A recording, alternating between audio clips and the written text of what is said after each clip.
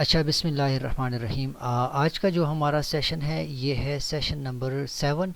और इसके अंदर हम इस टॉपिक को डिस्कस करेंगे, एग्जिस्टेंशियलिज्म इन एजुकेशन। पेडागोजी के अंदर मैंने आपको स्टार्ट में बताया था कि जो इज़म वाले टर्म्स हैं इनके ऊपर एमसीक्यूज़ कंफर्म आते हैं और इनके हवाले से आपसे इंटरव्यू के अंदर भी पूछा जा सकता है। ठीक है। तो काफ़ी इम्पोर्टेंट टॉपिक्स हैं। इससे पहले हमने प्रोग्रेसिविज़म के हवाले से पढ़ा था, नेचुरलिज़म के हवाले से पढ़ा था, और भी कुछ टॉपिक्स थे। और मैंने आपको बताया था कि इसके अलावा नेक्स्ट किसी सेशन में बाकी भी इज़म वाले कुछ टॉपिक्स हैं। तो आज हम पढ़ेंगे एग्जिस्टेंशियलिज़म। ठीक है। सबसे पहले इसको थोड़ा सा इंट्रोड्यूस कर लेते हैं कि आखिर एग्जिस्टेंशियलिज़म क्या चीज़ है। एक तो आपने ये याद रखना है कि पेडागोजी के अंदर कुछ फ़िलॉसफीज़ ओल्डेस्ट हैं जो हमने पहले ऑलरेडी डिस्कस की थी, सेशन नंबर 2 और 3, आई डोंट रिमेंबर। लेकिन उनमें जो फ़िलॉसफीज़ हमने डिस्कस की थी वो थी कुछ ओल्ड फ़िलॉसफीज़। ठीक है। ये है एक मॉडर्न फ़िलॉसफी। ठीक है। एग्जिस्टेंशियलिज्म एजुकेशन की एक मॉडर्न फ़िलॉसफी है। तो अगर कहीं पर आपसे पूछा जाए कि एग्जिस्टेंशियलिज्म ओल्ड फ़िलॉसफी है या मॉडर्न है, तो आपको ये याद रहना चाहिए कि it is actually a modern philosophy of education. अच्छा, ये किस चीज़ के ऊपर ज़ोर देता है? ये ज़ोर देता है फ्रीडम के ऊपर, आज़ादी के ऊपर, चॉइस के ऊपर। यानी आपकी जो राय है, आप जिस चीज़ को पसंद करते हैं, जो आपकी चॉइस है। और इसके अलावा इंसान की जो अपनी रिस्पॉन्सिबिलिटीज़ होती हैं उनके ऊपर इस फिलॉसफी का मेन फोकस जाता है। सो आपको याद रहना चाहिए कि एग्जिस्टेंशियलिज्म का जो फ़लसफ़ा है, ये जो फ़िलॉसफी है, ये एक नई फ़िलॉसफी है एजुकेशन के अंदर, और इसका मेन फोकस जाता है इंडिविजुअल फ्रीडम के ऊपर, इंडिविजुअल चॉइसेस के ऊपर, या फिर पर्सनल रिस्पॉन्सिबिलिटी के ऊपर इसका मेन फोकस जाता है। क्लियर हो गया? ये इसका फर्स्ट लाइन, फर्स्ट इसकी इंट्रोडक्शन थी। ये क्या कहता है? ये कहता है कि एजुकेशन के अंदर, पेडागोजी के अंदर हमारा जो मेन फोकस है, यानी स्टूडेंट, वो रोबोट्स नहीं है। ठीक है। उनकी अपनी इमोशंस हैं, उनकी फीलिंग्स हैं। It argues that education should not produce robots. अब एजुकेशन किन को दी जाती है? एजुकेशन लर्नर्स को दी जाती है, उनको एजुकेट किया जाता है, उनको हम चीज़ें सिखाते हैं। तो ये फिलॉसफी कहती है कि हमारी एजुकेशन ऐसी होनी चाहिए जो रोबोट्स पैदा ना करे। मतलब इसका क्या है? ये स्टूडेंट्स को वो सब कुछ दे जिसकी वजह से वो इन चीज़ों को सीख ले, इन चीज़ों के हवाले से उनको आइडिया हो जाए। कौन कौन सी चीज़ें हैं? उनकी जो इंडिविजुअल फ्रीडम है। क्लियर हो गया? उनकी जो इंडिविजुअल फ्रीडम है, उनकी जो इंडिविजुअल चॉइसेस हैं, उनके जो पर्सनल रिस्पॉन्सिबिलिटीज़ हैं, उनको वो पहचान ले। Education should not produce robots. Clear हो गया? इसका मैंने आपको समझा दिया कि हमारे एजुकेशन सिस्टम का गोल होना चाहिए कि ये रोबोट्स को तख्लीक ना करे, रोबोट्स क्रिएट ना करे, बट सेल्फ डायरेक्टेड इंडिविजुअल्स, ऐसे लोग पैदा करें। हमारा एजुकेशन उस चीज़ को फोकस करे जो सेल्फ डायरेक्टेड इंडिविजुअल्स की तख्लीक का बायस बने। सेल्फ डायरेक्टेड क्या होती है? जिनको खुद रास्ता मालूम हो, ऐसे स्टूडेंट्स पैदा करने हैं। ठीक है। ये फ़लसफ़ा कहता है, ये फ़िलॉसफी कहती है कि आपने रोबोट्स को नहीं बनाना, आपने बच्चों को रोबोट्स नहीं बनाना, आपने बच्चों को सेल्फ डायरेक्टेड इंडिविजुअल्स बनाना है, who create their own meaning in life, जो अपनी ज़िंदगी में खुद सरवाइव करें, जो अपनी ज़िंदगी में अपना मतलब, अपना मकसद खुद से पहचान ले और उसके लिए इम्प्लीमेंटेशन की तरफ चले जाएं। क्लियर हो गया? ये थी इसकी इंट्रोडक्शन। अगर इंट्रोडक्शन के ऊपर किसी को कन्फ्यूजन है तो अभी जो लोग आए हैं उनको रिकॉर्डेड सेशन जब मिलेगा क्लियर हो जाएगा। जो पहले से आए हैं स्टार्ट से, अगर यहाँ पर कोई मसला है, कोई प्रॉब्लम है, तो आप लोग मुझे बता दें। मैं इंट्रोडक्शन को अगेन आपके लिए रिकॉल करने को तैयार हूँ। काफ़ी इंटरेस्टिंग फ़िलॉसफी है, आसानी के साथ समझाने की कोशिश करता हूँ, अगेन आप सब सुन लें। ये एजुकेशन की फील्ड के अंदर एक नई फ़िलॉसफी है। ये ज़ोर देती है इंडिविजुअल चॉइसेस के ऊपर, इंडिविजुअल फ्रीडम के ऊपर, पर्सनल रिस्पॉन्सिबिलिटीज़ के ऊपर। यानी इसका जो मेन फोकस है, इसका जो ज़्यादा ज़ोर जाता है वो किन चीज़ों के ऊपर? इंडिविजुअल फ्रीडम के ऊपर, इनफरादी आज़ादी के ऊपर। मतलब स्टूडेंट अपनी आज़ादी को पहचान ले, अपने चॉइसेस बना ले खुद से, और वो अपनी पर्सनल उसकी जो रिस्पॉन्सिबिलिटीज़ हैं उनको भी पहचान ले।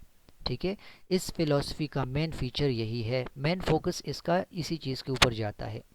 इसके अलावा सेकेंड लाइन में हमने ये पढ़ा कि हमारा जो एजुकेशन सिस्टम है या हमारा जो एजुकेशन है पेडागोजी के अंदर, ये एग्जिस्टेंशियलिज्म उनको इसकी तरफ लेके जाता है कि हमारा education system must not produce robots. इसको रोबोट्स पैदा करने की कोई ज़रूरत नहीं है, कोई रोबोट्स इसने नहीं पैदा करने।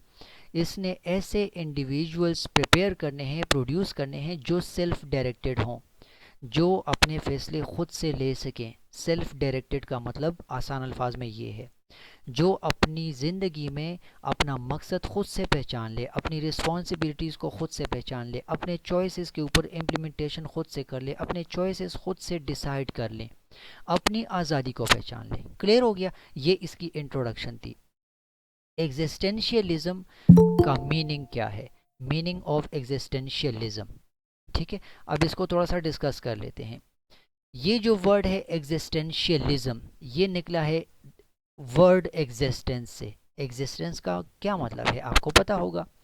एग्जिस्टेंस का मतलब है मौजूदगी, टू लिव, टू बी। ठीक है, खुद से रहना, खुद की पहचान, मतलब आसान अल्फाज में टू लिव, टू बी। जो है वो है, जो जैसी ज़िंदगी गुजार रहा है उसको उसी तरह ज़िंदगी गुजारने दिया जाए। एग्जिस्टेंस के ऊपर इसका मेन फोकस जाता है। डिराइव किस वर्ड से हुआ है? एग्जिस्टेंस के वर्ड से। फोकस इसका कहाँ पर है? मैंने ऊपर आपको डिस्कस किया। Every learner is unique and must discover अपना जो उसकी ज़िंदगी का पर्पज़ है।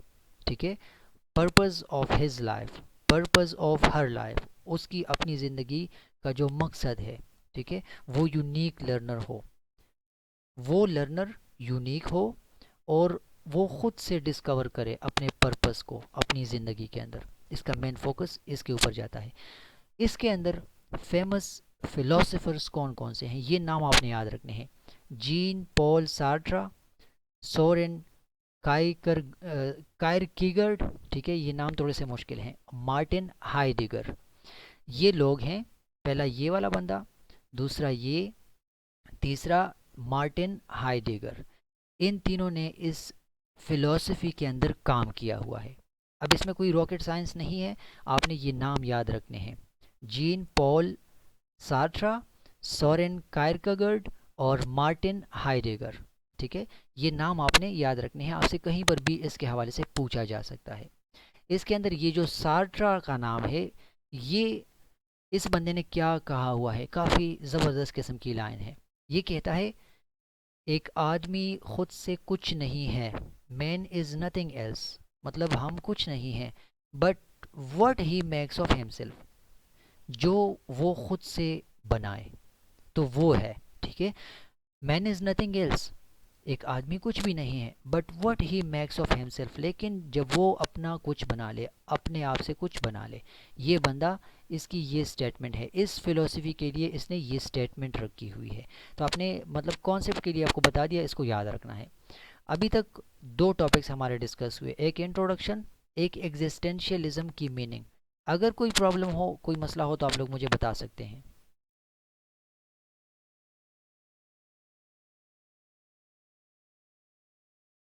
Is that clear?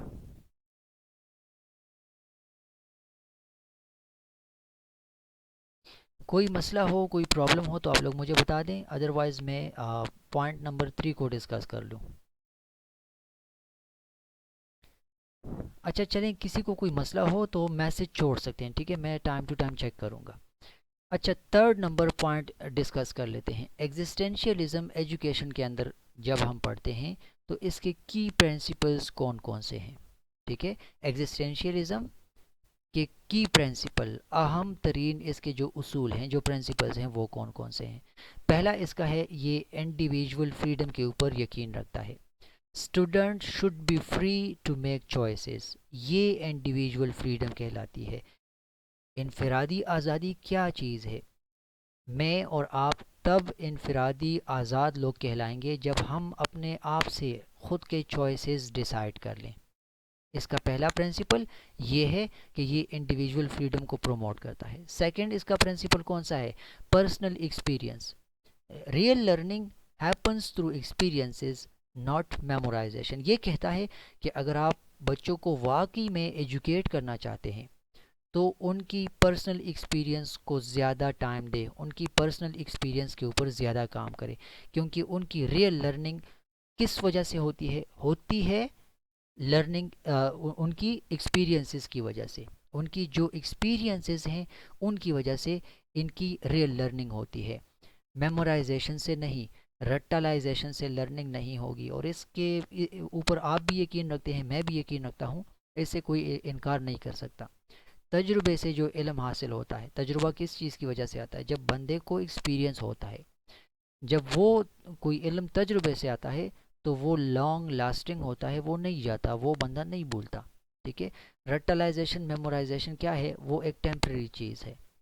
तो रियल लर्निंग सही मानों में जो इल्म है, जो एजुकेशन है, जो रियल लर्निंग है, वो कब होती है? एक्सपीरियंसेस की वजह से। ये इसका सेकंड प्रिंसिपल है। थर्ड प्रिंसिपल इसका है ऑथेंटिसिटी। ऑथेंटिसिटी किस चीज़ को बोलते हैं? हकीकत को बोलते हैं। आसान अल्फाज में, students must live truly not imitate others. जैसे वो हैं, ठीक है, सही मानों में सच्चाई के साथ उनको अपनी ज़िंदगी गुजारनी चाहिए। नॉट इमिटेट अदर्स, दूसरों की नकल नहीं उतारनी, ये इसका प्रिंसिपल है। ऑथेंटिसिटी के ऊपर ये बिलीव रखता है। पहला हो गया इंडिविजुअल फ्रीडम, तीसरा हो गया पर्सनल एक्सपीरियंस, सेकंड हो गया पर्सनल एक्सपीरियंस, थर्ड हुआ ऑथेंटिसिटी। फोर्थ नंबर इसका है रिस्पॉन्सिबिलिटी। हमने ऊपर इंट्रोडक्शन में पढ़ा पर्सनल रिस्पॉन्सिबिलिटी।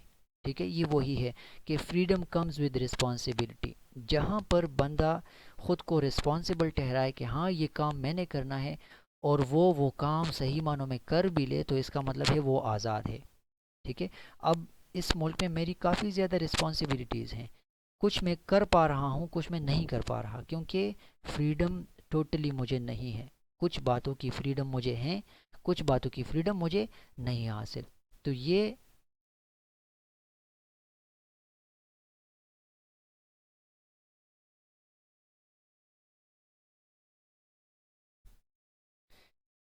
मेरे वाईफाई का हाल है।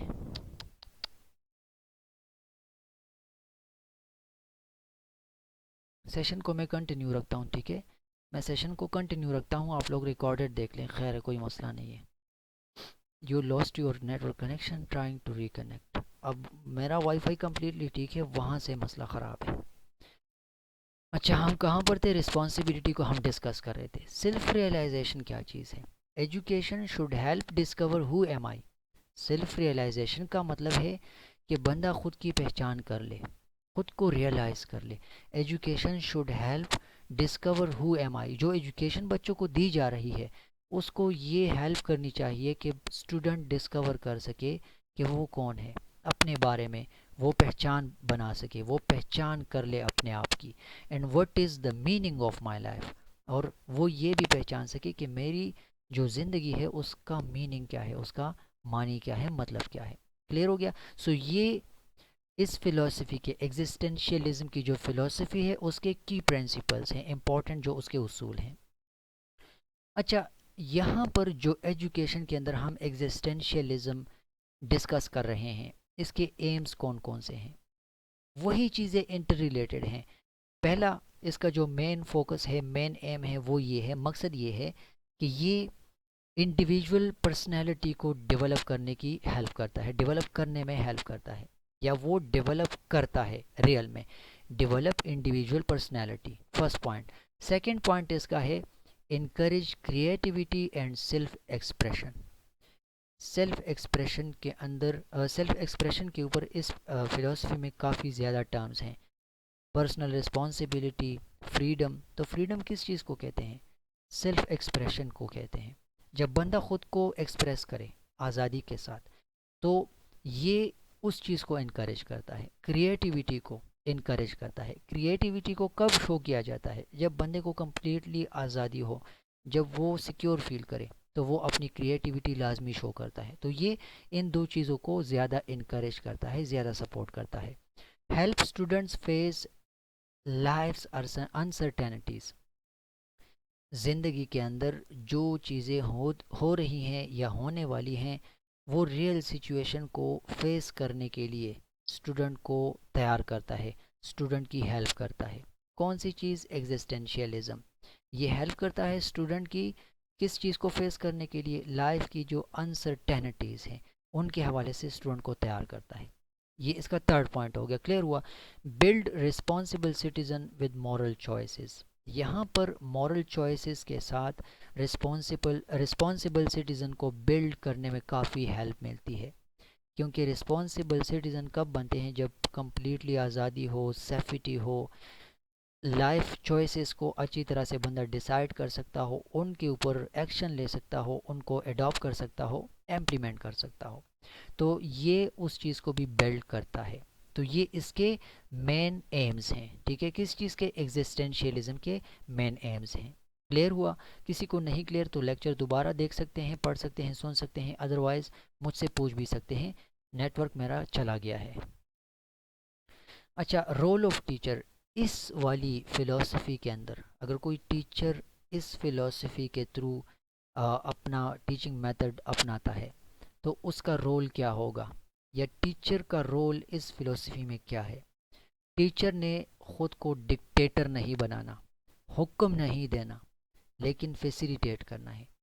एक होती है हुक्म देना, एक होता है फैसिलिटेट करना। तो यहाँ पर टीचर का काम होगा फैसिलिटेट करना। चॉइसेस, पर्सनल उसकी ओपिनियंस स्टूडेंट की वो सुनेगा, उनको एनालाइज करेगा, उनके अंदर फैसिलिटेशन का काम टीचर का होगा। टीचर फैसिलिटेट करेगा, डिक्टेट नहीं करेगा। पहला, टीचर का रोल ये होगा। दूसरा, guide student to make their own decision. क्योंकि एग्जिस्टेंशियलिज्म है, हमने स्टार्ट में पढ़ा एग्जिस्टेंशियलिज्म किस चीज़ को कहते हैं? पूरी आज़ादी जहाँ पर हासिल हो, बंदे को पता हो कि मैं कौन हूँ, मेरी ज़िंदगी का मकसद क्या है, तो वो डिसीजन लाजमी तौर पर लेगा। तो टीचर का काम है स्टूडेंट्स को गाइड करना, किस चीज़ में? ताकि वो अपने फैसले ले सके। Guide students to make their own decision, encourages questioning. इस यहाँ पर इस फिलोसफी के अंदर जो स्टूडेंट पूछना चाहता है वो पूछ सकता है। डायलॉग को प्रोमोट करता है, रिफ्लेक्शन को प्रोमोट करता है, अपने आप से वो किसी टॉपिक के ऊपर रिफ्लेक्ट कर सकता है। सो ये इसके अंदर टीचर का रोल हो गया। ये वो पॉइंट्स हैं जो टीचर का रोल आपको शो करवाते हैं। इसके अंदर स्टूडेंट्स का क्या रोल होगा? Role of a student active participant होगा। एक्टिवली वो पार्टिसिपेट करेगा, क्योंकि यहाँ पर उसकी ही मर्ज़ी है, वो ही चलेगा जो वो चाहता है, जो उसकी चॉइसेस हैं। एग्जिस्टेंशियलिज्म है। यहाँ पर स्टूडेंट पैसिव लर्नर नहीं हो सकता। अगर कोई स्टूडेंट पैसिव लर्नर है या बन चुका है, तो वो एग्जिस्टेंशियलिज्म के अंदर कम अज़ कम नहीं आएगा। ठीक है, क्योंकि यहाँ पर एक्टिव पार्टिसिपेंट है। स्टूडेंट ने एक एक्टिव पार्टिसिपेंट बनना है, एक्टिवली वो अपना रोल प्ले करेगा। पहला। सेकंड है makes independent choices about learning. उसने कोई चीज़ सीख ली, अब उसके हवाले से उससे रिलेटेड उसके माइंड में कुछ चॉइसेस हैं, कुछ वो इम्प्लीमेंट करना चाहता है, वो कुछ डिसाइड करना चाहता है, तो वो इंडिपेंडेंटली उनको बनाएगा, वो इंडिपेंडेंटली वो फैसले लेगा लर्निंग के हवाले से। ये सेकंड होगा रोल स्टूडेंट का। थर्ड आप देख ले, learns through projects, discussions, debates, creative activities. ये वो सारी चीज़ें हैं जो एक स्टूडेंट करेगा। रोल क्या होगा? वो प्रोजेक्ट्स के ऊपर काम करेगा, डिस्कशन करेगा, डिबेट्स करेगा, क्रिएटिव एक्टिविटीज़ करेगा। तो ये सारी चीज़ें कहाँ पर आती हैं? एग्जिस्टेंशियलिज्म के अंदर। जब स्टूडेंट अपना किरदार अदा करेगा, रोल ऑफ ए स्टूडेंट क्या होगा? ये सारे पॉइंट्स मैंने आपके सामने डिस्कस कर दिए। काफ़ी इजी है, मुश्किल नहीं है। कौन कौन से टीचिंग मेथड्स हैं जहाँ पर एग्जिस्टेंशियलिज्म को मेक श्योर किया जा सकता है या एग्जिस्टेंशियलिज्म वहाँ पर होल्ड करती है, वहाँ पर मौजूद है। पहला teaching method discussion and dialogue यानी सोक्रेटिक मेथड जिसको बोलते हैं, हमने पहले लेक्चर में भी इसको डिस्कस किया था।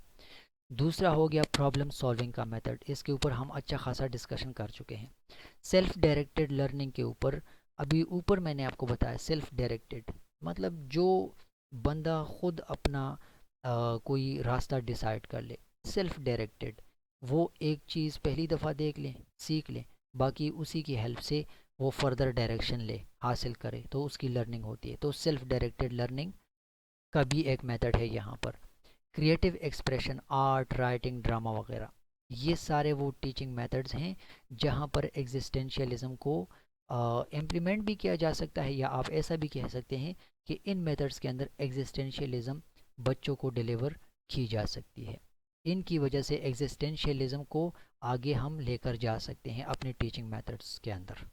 क्लियर हुआ? अच्छा, क्लासरूम के अंदर पहला एग्जांपल देख लें। मॉरल वैल्यूज़ का कोई टॉपिक है, ठीक है, तो अब टीचर का काम वहाँ पर हुक्म नहीं देना कि आप इस चीज़ को पढ़ लो, यहाँ से मॉरल वैल्यूज़ को सीख लो, निकाल लो, ये वो सारे किस्से यहाँ पर नहीं होंगे। इंस्टेड स्टूडेंट्स खुद से, लेट सपोज एक टॉपिक है व्हाट इज़ ऑनेस्टी, वो टॉपिक डिसाइड कर ले, उसके ऊपर क्लास में डिस्कशन कर ले, डिबेट कर ले, ग्रुप बना ले उनके ऊपर और आपस में डिस्कशन कर ले। यहाँ पर मॉरल वैल्यू को डिलीवर करना है, तो टीचर का काम डिक्टेशन नहीं होगा। ये एक एग्जांपल है क्लासरूम के अंदर, ठीक है। तो स्टूडेंट्स को फ्री हैंड दिया जाए कि आप बताएं व्हाट इज़ ऑनेस्टी, स्टूडेंट उसको फ्रीली डिस्कस करें क्लास के अंदर और अपने तरीके से उस चीज़ को अंडरस्टैंड करने के लिए रास्ते बना ले, चूज़ देयर ओन अंडरस्टैंडिंग, ठीक है।